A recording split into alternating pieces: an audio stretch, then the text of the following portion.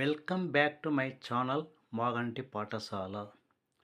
మాగంటి పాఠశాల YouTube channel చూస్తున్న వారందరికీ స్వాగతం, సుస్వాగతం.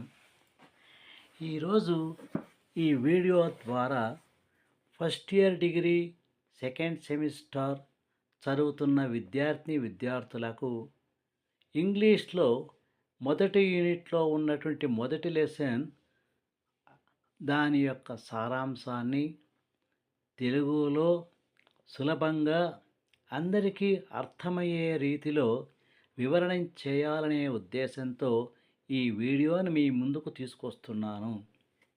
ఈ వీడియోని మీకు రికార్డ్ చేసి పంపడానికి ముందు ఈ యొక్క లెసన్ని రాసినటువంటి రచయిత గురించి 2 వాక్యాలు చెప్పదలుచుకున్నాను. ఎందుకంటే ఏ ప్రశ్న రాసినా ఈ లెసన్కి సంబంధించి సమాధానం రాయడానికంటే ముందు 2 పాయింట్స్ కవి గురించి, రచయిత గురించి రాయాలి. అది మంచి సంప్రదాయము. కాబట్టి before going to explain the summary of this lesson, I would like to explain a brief about our author A.G. Gardiner. Introduction about the author. A.G. Gardiner was a famous British journalist and a essayist. He was born in 1865 and died in 1946. ప్రస్తుత పాఠమైనటువంటి on saying please అనేటువంటి పాఠాన్ని రచించినటువంటి వ్యక్తి A.G. Gardiner. ఈయన British దేశానికి చెందినటువంటి ప్రముఖమైనటువంటి ప్రసిద్ధి పొందినటువంటి జర్నలిస్ట్ అండ్ ఎస్సేయిస్ట్. ఎస్సేయిస్ట్ అంటే వ్యాసకర్త.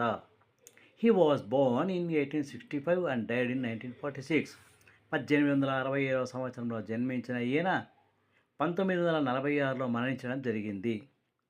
He wrote essays under the pen name alpha of the plough. His essays deals with human values, manners, politeness and social behaviour. ఈయన ఏ రచనలు చేసినా కూడా ఆ రచన అన్నింటికీ కూడా ఒక కలం పేరు పెట్టుకున్నాడు. ఆ కలం పేరు ద్వారా తన రచనలన్నీ సాగించాడు. ఆల్ఫా ఆఫ్ ద ప్లగ్ అనేటువంటి దాంట్లో ఆ పేరుతో తన రచనలన్నింటి అందులో రాయడం జరిగింది. అంటే his deals with human values, manners, politeness and social behaviour. ఇతని యొక్క రచనలో ప్రముఖంగా కనిపించే అంశం ఏమంటే ప్రతి వ్యక్తికి కూడా మానవతా విలువలు ఉండాలని, గుడ్ మేనర్స్ కలిగి ఉండాలని, పొలైట్నెస్ పాటించాలని, సోషల్ బిహేవియర్లో మంచిగా ఉండాలనేటువంటి విషయాన్ని ఆయన తెలియజేస్తూ వచ్చాడు. If you observe his writing style is very simple, clear and moralistic. మనం బాగా పరిశీలన చేస్తే ఈయన రచనలన్నీ కూడా చూస్తే ఆయన రచనా శైలిని పరిశీలన చేస్తే very simple and clear and moralistic. ప్రతి విద్యార్థికి కూడా సులభంగా అర్థమయ్యే రీతిలో కంటెంట్ ఏమిటి, ఏం రాశాడు అనే విషయాన్ని స్పష్టంగా అర్థం కావడానికి వీలుగా రాయడమే కాకుండా క్లియర్గా ఉంటుంది. మోరలిస్టిక్, నీతి నియమాలతో కూడుకున్న రచనలు సాగించడం అతనికి అలవాటు. అది అతని యొక్క స్టైలు. అదేవిధంగా he believed that good manners and courtesy are the essential for a civilised society. మనం ఈరోజు నాగరిక సమాజంలో జీవిస్తున్నప్పుడు ప్రతి వ్యక్తి కూడా మంచిగా, మంచి ప్రవర్తనతో, మంచి మర్యాదతో, మంచి మాటతో మంచిగా ఉండాలనేటువంటిది అవసరమని, ఇది ఈనాటి సొసైటీకి ఎంతో ముఖ్యమని, కాబట్టి ప్రతి ఒక్కరూ కూడా గుడ్ మేనర్స్ నేర్చుకోవాలనేటువంటి విషయాన్ని ఆయన నొక్కి ఒక్కాణిస్తూ చెప్తున్నాడు. His essay on saying please is one of this most popular essays teaching the values of politeness. ఆయన రాసేటువంటి ఎన్నో రకాల రచనల్లో ఆన్ సేయింగ్ ప్లీజ్ అనేటువంటిది ప్రముఖమైన రచన. దీని వలన ఇందులో టీచింగ్ వాల్యూస్ అంటే పొలైట్నెస్ అంటే ఏమి, దాని యొక్క విలువ, దాని ప్రాధాన్యత గురించి ఇందులో చెప్పడం జరిగింది. This is the brief description about the poet. But when you want to write about the author, you must learn and write any simple points which are liked by you, which is very important by you. Which is very considered as an important detailed summary. ఇక సమ్మరీలోకి పోతే, on saying please is a thoughtful and moral essay in which the author explains the importance of courtesy in daily life. On saying please అనే story ఒక ఆలోచనాత్మకమైన నీతిని బోధించే ప్రముఖమైన lesson.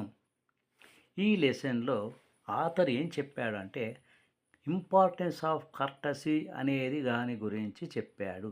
మన నిత్య జీవితంలో, మన దైనందిక జీవితాల్లో మనకు మర్యాద ఇవ్వడం, మర్యాద తీసుకోవడం అనేటువంటిది ఎంత ముఖ్యమో దాని గురించి ఈ లెసన్లో చెప్పాడు. The essay begins with a small incident in a lift. భవనాల్లో ఒక్కొక్క ఫ్లోర్ వెళ్ళడానికి లిఫ్ట్ అనేది ఉంటుంది. ఆ లిఫ్ట్లో జరిగినటువంటి ఒక సంఘటనను గురించి ఈ లెసన్లో చెప్పాడు. A lift man was taken to a court because he hit a passenger. Lift man అనే అతను ఇక్కడ ఉంటాడు. అంటే ఎలివేటర్ ఆపరేటర్, అంటే లిఫ్ట్ను ఆపరేట్ చేసేదానికి ఉండేటువంటి ఒక పని చేసేటువంటి ఒక లిఫ్ట్ మ్యాన్ ఇందులో ప్రముఖమైన పాత్ర. ఈయన పనిష్మెంట్ పొందాడు.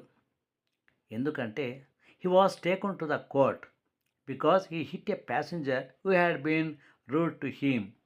ఒకానొక ప్యాసింజరు లిఫ్ట్లో ప్రయాణం చేశాం కొంచెం వచ్చేటప్పుడు ఇతనితో దురుసుగా ప్రవర్తన చేయడం వల్ల ఆవేశంతో, కోపంతో, తనకు రెస్పెక్టు మర్యాద ఇవ్వలేదన్న కోపంతో అతనిని, ఆ ప్యాసింజర్ని బయటకు తోసేశాడు.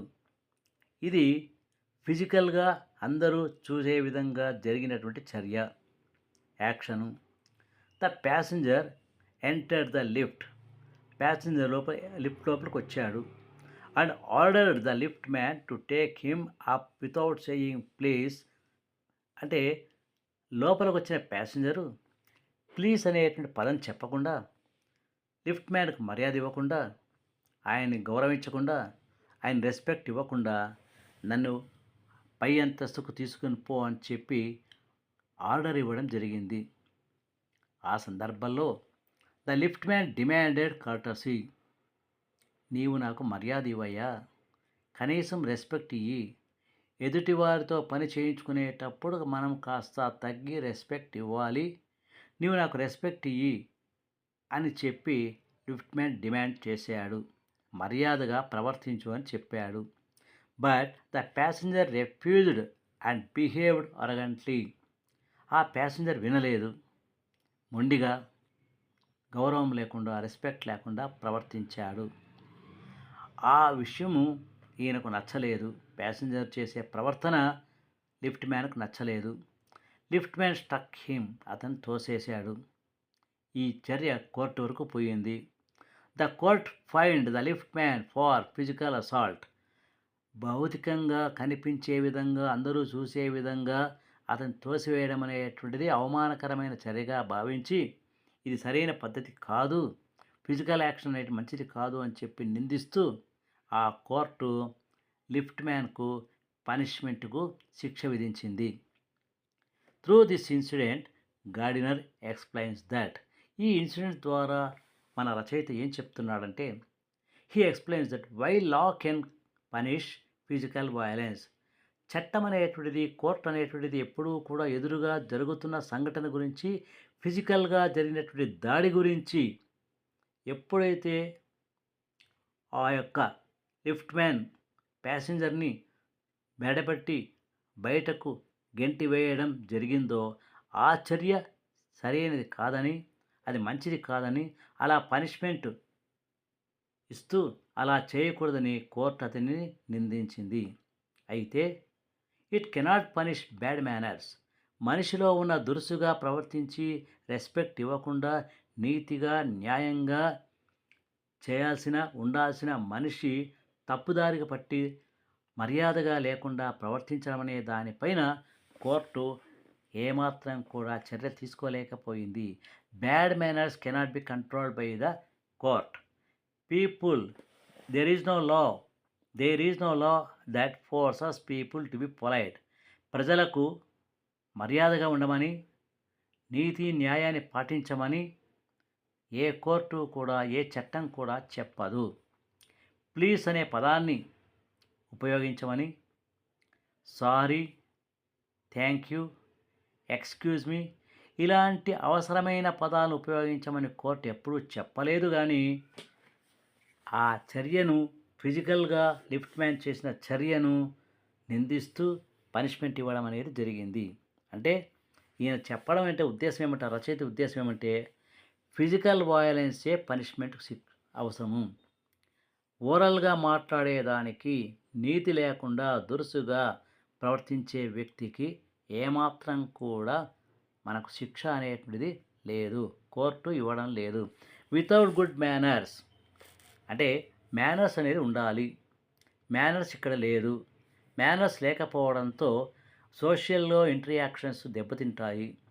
అది పీస్ఫుల్గా ఉన్న క్లైమేట్ను దెబ్బతీస్తుంది. అన్ప్లెజెంట్ క్లైమేట్ మెన్కి created by the such type of actions. అంటే మనకు గుడ్ మేనర్స్ ఉంటే ప్రశాంతంగా వాతావరణం ఉంటుంది. మనకు గుడ్ మేనర్స్ లేకుండా పోతే, కర్టసీ లేకుండా పోతే, మనము కర్టసీ ఇవ్వకపోతే అక్కడ ప్రశాంతత కోల్పోయి వాతావరణంలో వేడి వస్తుంది. అలా అనుకోకుండా అల్లరి జరగడానికి అవకాశం ఉంది. The author points out that saying please, thank you and sorry costs nothing. Yet these small words can create goodwill and harmony, and rudeness on the other hand hurts a person's self-respect and dignity. ఈయన ఏం చెప్తున్నాడంటే ఒక్కటే point చెప్తున్నాడు, important point. Please, thank you, sorry, excuse me ఇలాంటి పదాలు ఉపయోగించడం వల్ల మనకి ఏమాత్రం కూడా ఖర్చు కాదు, డబ్బు కాదు. కాస్ట్ నథింగ్, ఏమాత్రం కాస్ట్ ఉండదు. అయితే ఈ వర్డ్స్ అనేది ఉపయోగించుకోకుండా పోతే, దురుసుగా ప్రవర్తిస్తే దానివల్ల ఎదుటి వాళ్లకు సెల్ఫ్ రెస్పెక్టు, డిగ్నిటీ పోతుంది. వాళ్ళు హర్ట్ అవుతారు, వాళ్ళు బాధపడతారు. తద్వారా విభేదాలు పెరుగుతాయి, అశాంతికి కారణము. కాబట్టి ఎప్పుడైనా సరే even lift man has feelings and deserves respect. అయితే మనం ఇచ్చే రెస్పెక్ట్ ఇస్తే మనకు అదే రెస్పెక్ట్ వస్తుంది. Give respect and take respect అంటారు. కాబట్టి ఎప్పుడైనా సరే మనము మన ప్రవర్తన, మన నోటి దురుసు, మన యొక్క మాట తీరే మనకు స్థానాన్ని కల్పించడానికి అవకాశం ఉంటుంది. When the people treat workers like a machines and ignore sample courtesy, they damage human relationships. ఎప్పుడైనా సరే ఒక మిషన్ పని చేయాలంటే దానికి లూబ్రికెంట్ ఆయిల్ వేస్తాం. ఆయిల్ వేసినట్టయితే అది స్మూత్గా ఎఫెక్టివ్గా రన్ అవుతుంది, ఏమాత్రం డిస్టర్బెన్స్ ఉండదు.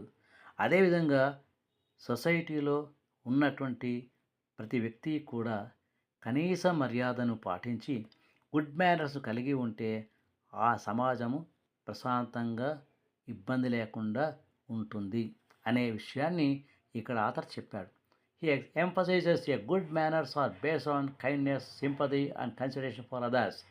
Emphasizes అంటే నొక్కి చెప్పడం. Gardiner strongly says that good manners are essential to all the persons, which comes from kindness, sympathy and consideration for others. ఇతరులలో ఉన్నటువంటి విషయాలను మనం గమనించి వాళ్ళ పట్ల దయతో, జాలితో, కరుణతో, ప్రేమతో మనము ప్రవర్తిస్తే ఎదుటి వాళ్ళు ఇన్స్పైర్ అయ్యి మనకు గౌరవం ఇస్తారు. కాబట్టి మనకు గౌరవం రావాలా అంటే మనం గౌరవం ఇవ్వాలా. మనం గౌరవం ఇవ్వడం ద్వారా మనం గౌరవాన్ని పొందుతాము. True politeness must become from within, it can't be forced by law. అంటే నీవు గౌరవం ఇవ్వు, మంచిగా మాట్లాడు, నీతిగా మాట్లాడు, బుద్ధిగా ఉండు, ఈ విషయాలన్నీ కూడా కోర్టు చెప్పదు. It cannot be forced by law, చట్టం ద్వారా మనకు రాదు, కోట ద్వారా రాదు. A civilized society depends not only the rules and regulations but also on mutual respect and understanding amongst its members.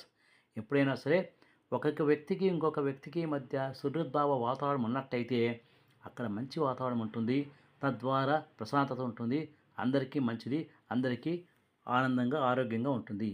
కాబట్టి each and every person must learn to give respect and take respect from others. This is the most important concept that was explained by author in this lesson. Saying please is a simple word, but it reflects, it gives, it provides our character and humanity. So మనలో ఉన్నటువంటి హ్యుమానిటీని, మన యొక్క క్యారెక్టర్ను reflect చేస్తుంది. మన గొప్పతనం ఏమిదో అందరికీ తెలియజేస్తుంది. కాబట్టి ఒకటే విషయం, నోరు మంచిదైతే ఊరు మంచిదవుతుంది. నీవు ప్రీతిగా, సంతోషంగా, ఆనందంగా, మర్యాదగా, గౌరవంగా మాట్లాడితే దానికి ప్రతిస్పందన కూడా అలాగే ఉంటుంది. దురుసుగా ప్రవర్తిస్తే ప్రశాంతత కూడా దురుసుగా ఉంటుంది. కాబట్టి ఎదుటి వాళ్ళు కూడా అలాగే ప్రవర్తిస్తారు. కాబట్టి through this essay he encourages readers to practise politeness in every day of life and thus create a moral that create a more harmonious and civilised society. ఈయన ఫైనల్గా చెప్పడం ఒకటే, పొలైట్నెస్ నేర్చుకోండి, గుడ్ మేనర్స్ నేర్చుకోండి. ఈ రెండు ఇంపార్టెంటు. రెస్పెక్ట్ ఇవ్వండి, respect పొందండి. దీనివల్ల సుహృద్భావ వాతావరణం ఉంటుంది. నాగరికత సొసైటీలో ఎటువంటి ఇబ్బంది లేకుండా ఉంటుందని కవి ఈ యొక్క లెసన్లో చెప్పాడు. సో ఫైనల్ టోటల్ కాన్సెప్ట్, ఈ టోటల్ స్టోరీ యొక్క సమ్మరీ యొక్క సారాంశం ఏమంటే, give respect and takes respect. మర్యాద ఇచ్చి మర్యాద పుచ్చుకో. And use which is important concept in this lesson. ఈ లెసన్లో ఉన్న ఇంపార్టెంట్ కాన్సెప్ట్ను ఉపయోగించండి. ప్రతి ఒక్కరూ కూడా నిత్య జీవితాల్లో మంచిగా ఉంటూ, మంచిగా మాట్లాడుతూ, సమాజాన్ని మంచిగా మారుస్తూ, మీరు కూడా ప్రశాంతంగా, ఆరోగ్యంగా ఉండాలని చెప్పడం జరిగింది. Thank you.